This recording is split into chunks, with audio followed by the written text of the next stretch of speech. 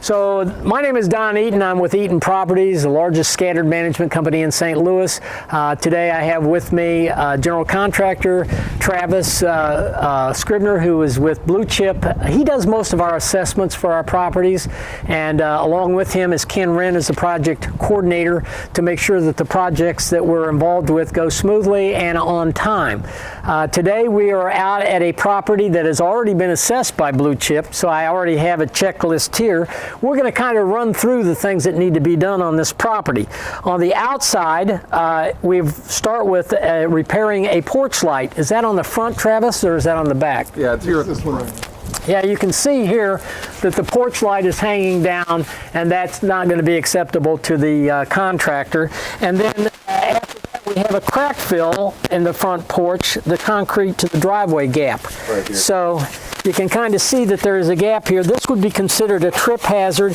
Not only that, but if water gets into that particular area, it could create a problem with the entire driveway and cracking up, so we want to take care of that. We've got a weather strip on the back door. We'll get to that when we get on the inside. There are some tar that needs to be placed around the pipes on the roof. So we can back up. Is that on the front or the back, Travis? Probably both. Looks like it's on the back on these. On the back side, we don't need to, when we go around there, we might take a picture of that, but basically up there where you can see where the vents come out at the top, there's some flashing that needs to be taken care of, because if you don't take care of it, you're going to get water that will get on the inside, and we'll have a roof repair and also a ceiling repair on the inside.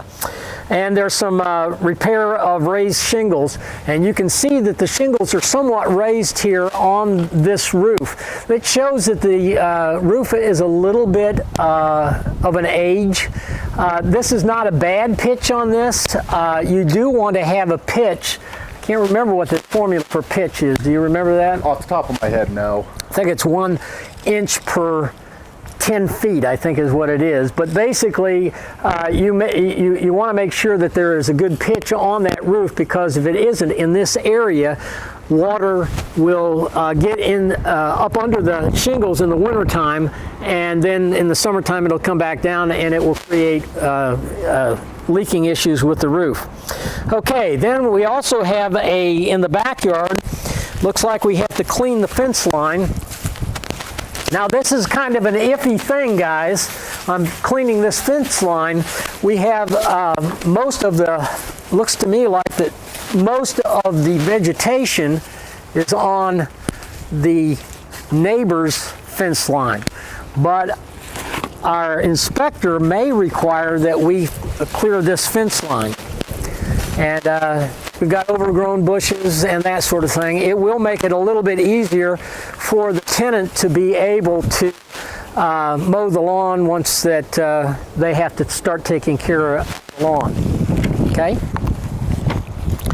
Also, we can trim this tree up. It looks like that the branches are low in the tree, and that will require some trimming up of the branches of that. The inspector will probably require that, and of course cleaning the gutters. All right, let's go on the inside.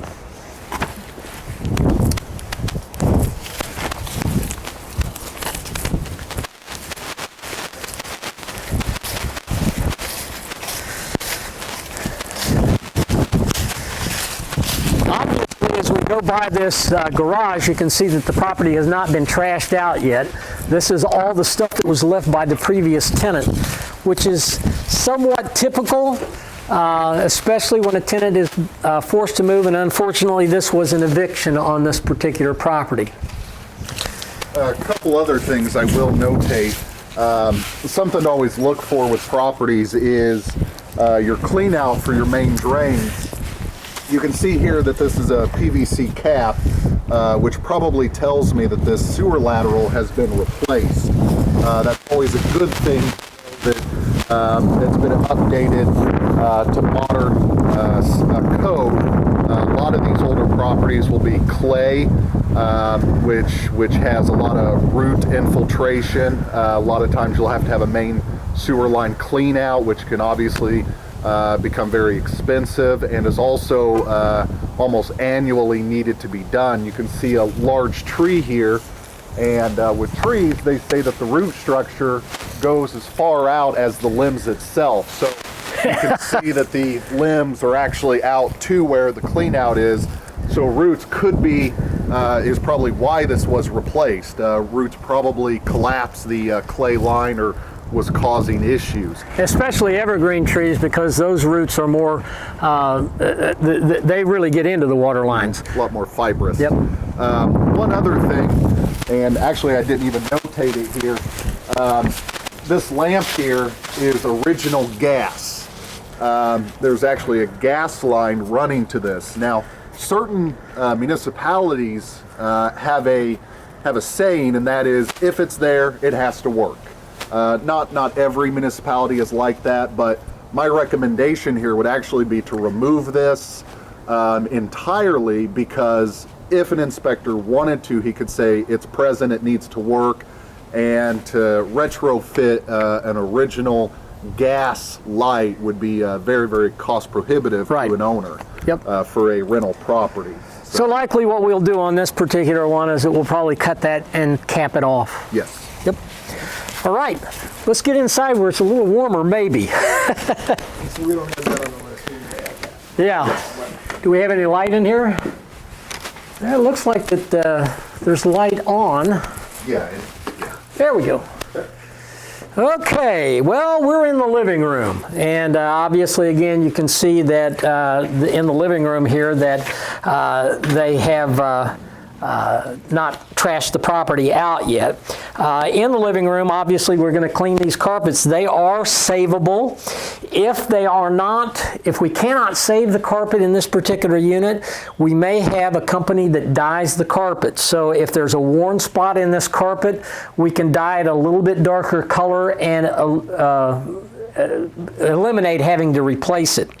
We also have a repair on a bottom track of a screen that I think that you're going to point out to us. Yeah, that's on the outside.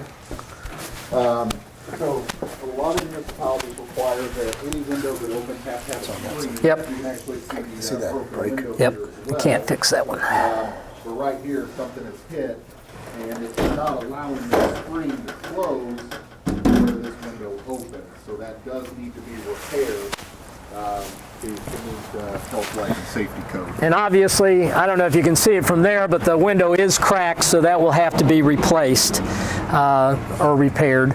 It looks like, is this a double pane window? So yeah, yeah, it is. Okay. So that will have to get a company we call Paint in the Glass to get out here and to take care of that, okay? Our ceiling fan here is one thing that was mentioned, and it does wobble at the higher speeds. Mm-hmm. So it doesn't seem to be wobbling now, but if it's not repairable, what we'll do is it will take and put a flush or a hugger light there and do away with the ceiling fan.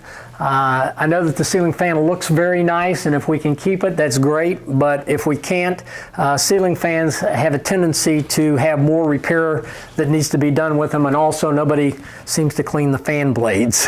Very true.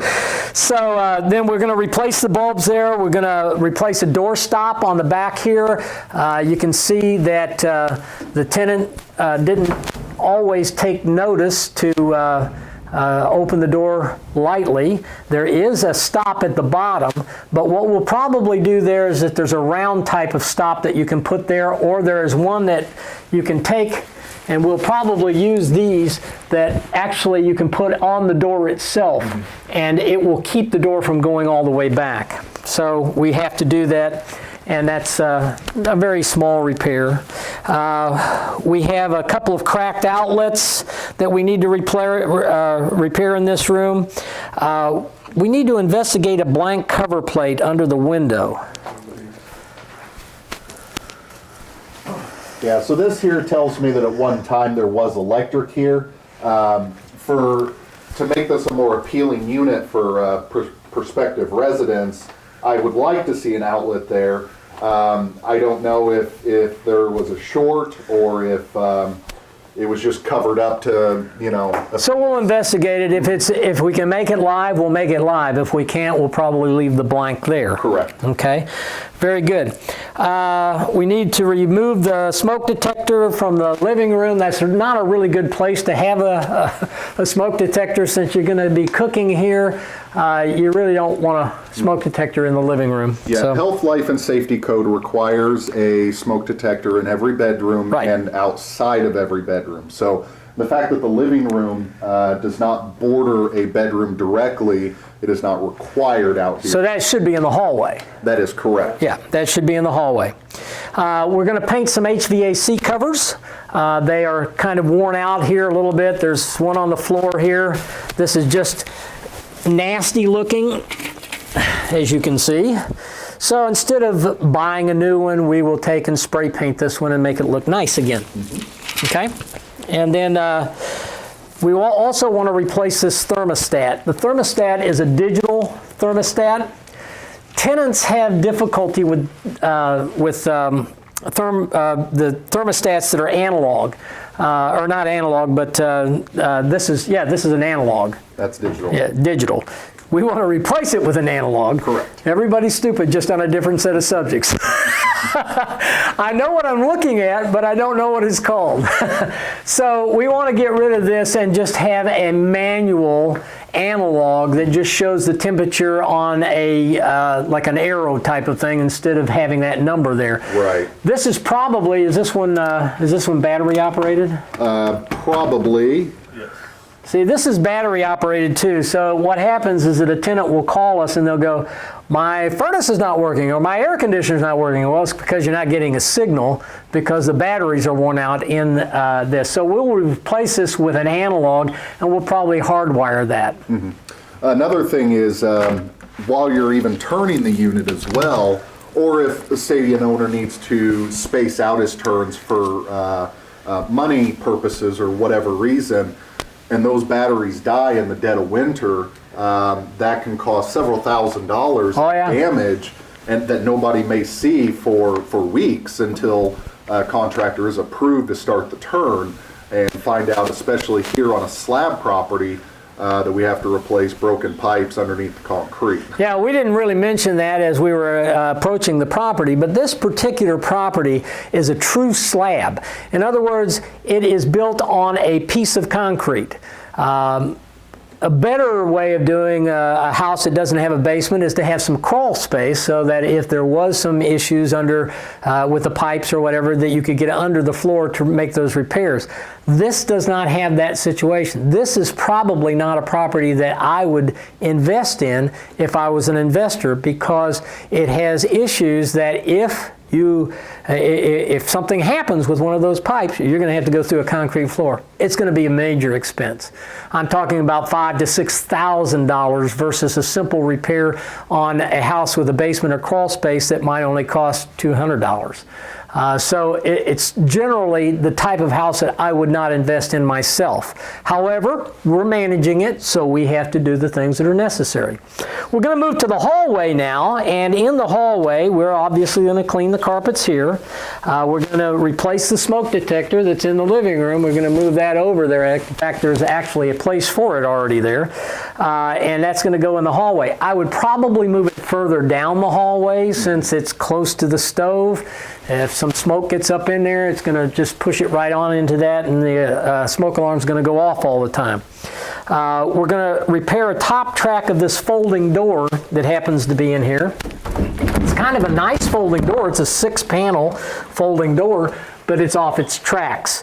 And you know, if we were probably going to do this house over again, we would probably frame this in and just put a regular door here, because these seem to always go off the tracks. However, it's here, so we're not going to do that. We're going to repair it. We're going to also paint the HVAC in this hallway. I don't see one. Oh, there it is, around the corner.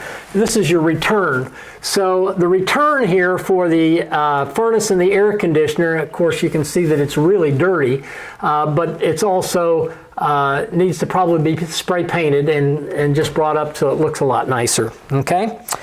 Then we're going to go to the back bedroom, which I guess that's the back bedroom. Okay, do we have a light in there? No. Okay, so this may be a little bit dark. What we've used in here is carpet tiles. These can be cleaned as well. It looks like that they're in pretty good shape, actually. And so that will clean up pretty well. And these tiles we use from time to time in a bedroom or in a basement, because if we have to replace them, if we have extras, we can just pull one up and put another one down so that you're not replacing an entire house. Very seldom do we like to use soft surfaces. When I say soft surfaces, carpets. One Kool-Aid stain and you're done. So, you know, you're replacing an entire room if you have a Kool-Aid stain unless you can dye the carpet.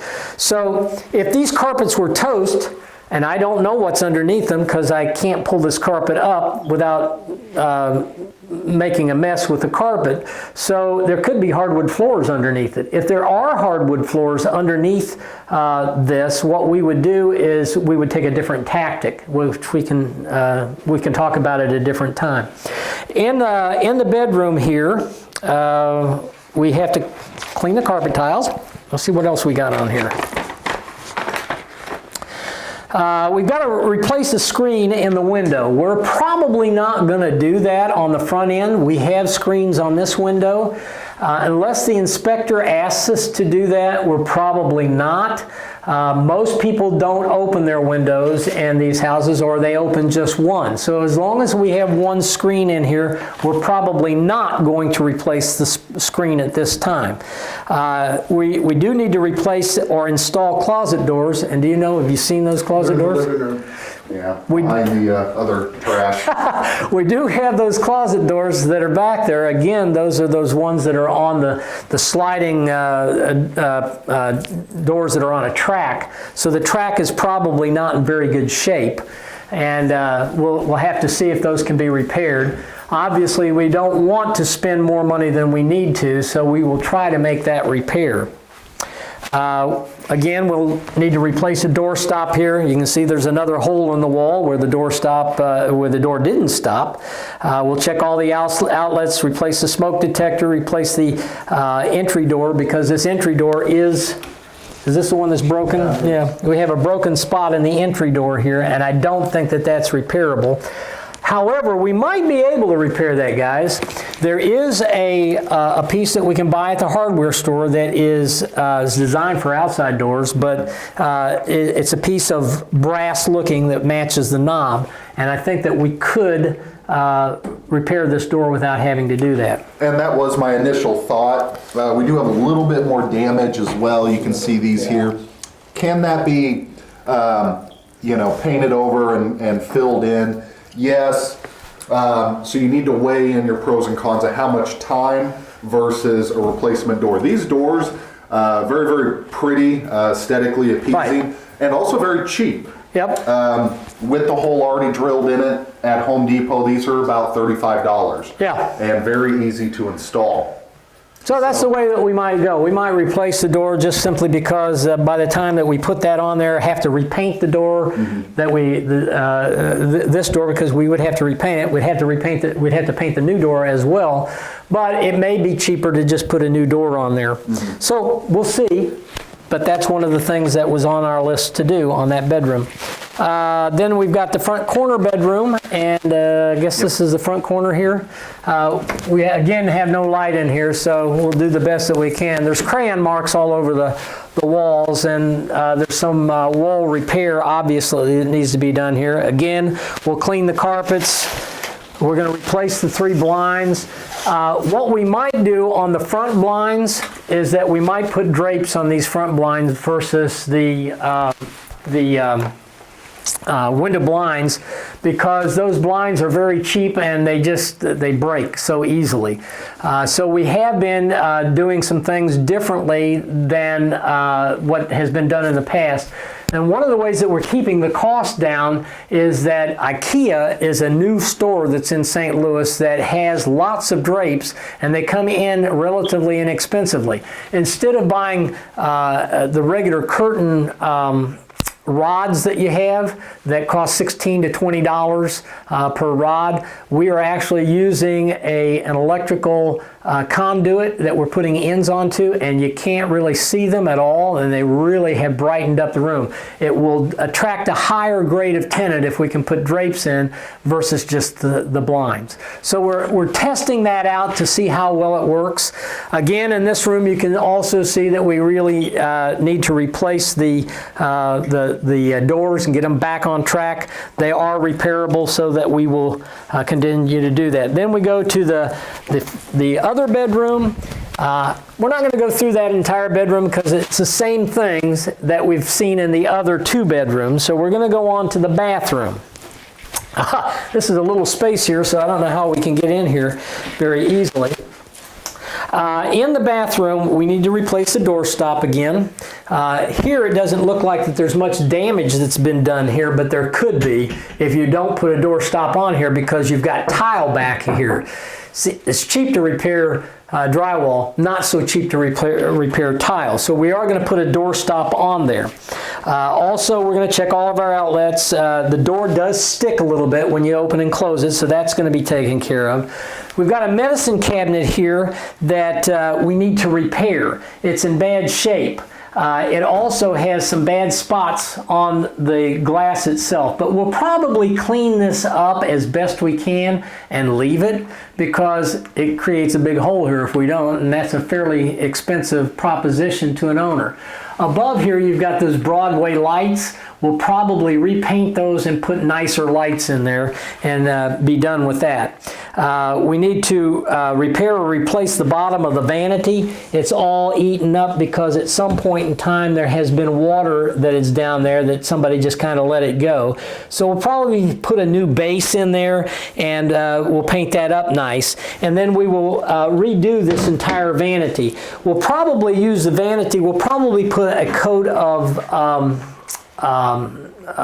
lacquer on there, but it would be not a shiny lacquer. It would be it wouldn't even be a satin. It'd be a flat, more or less, and that will clean up because it's got an oak look to it. But this particular panel here, you can see where it's worn. We're missing a knob on it, so that's going to be something that the tenant is going to want to see done. We're missing a towel rack in here, so we'll need to have a towel bar in here. We've got a couple of hooks up here, but one of them is bent. And so we could use these, but most tenants don't like that kind of a deal. So we'll probably put a towel bar in here. We'll remove the damaged towel ring that's already up there that I pointed out. We have a toilet paper holder, but there is no middle part to it. So we'll probably just buy a cheap one. We won't take this one off because this one is nice, but we'll buy a really cheap one and we'll take the inner part of that and put it into the roller. Then we'll need to recaulk the tub. Even though this is not terribly bad, we will recaulk it.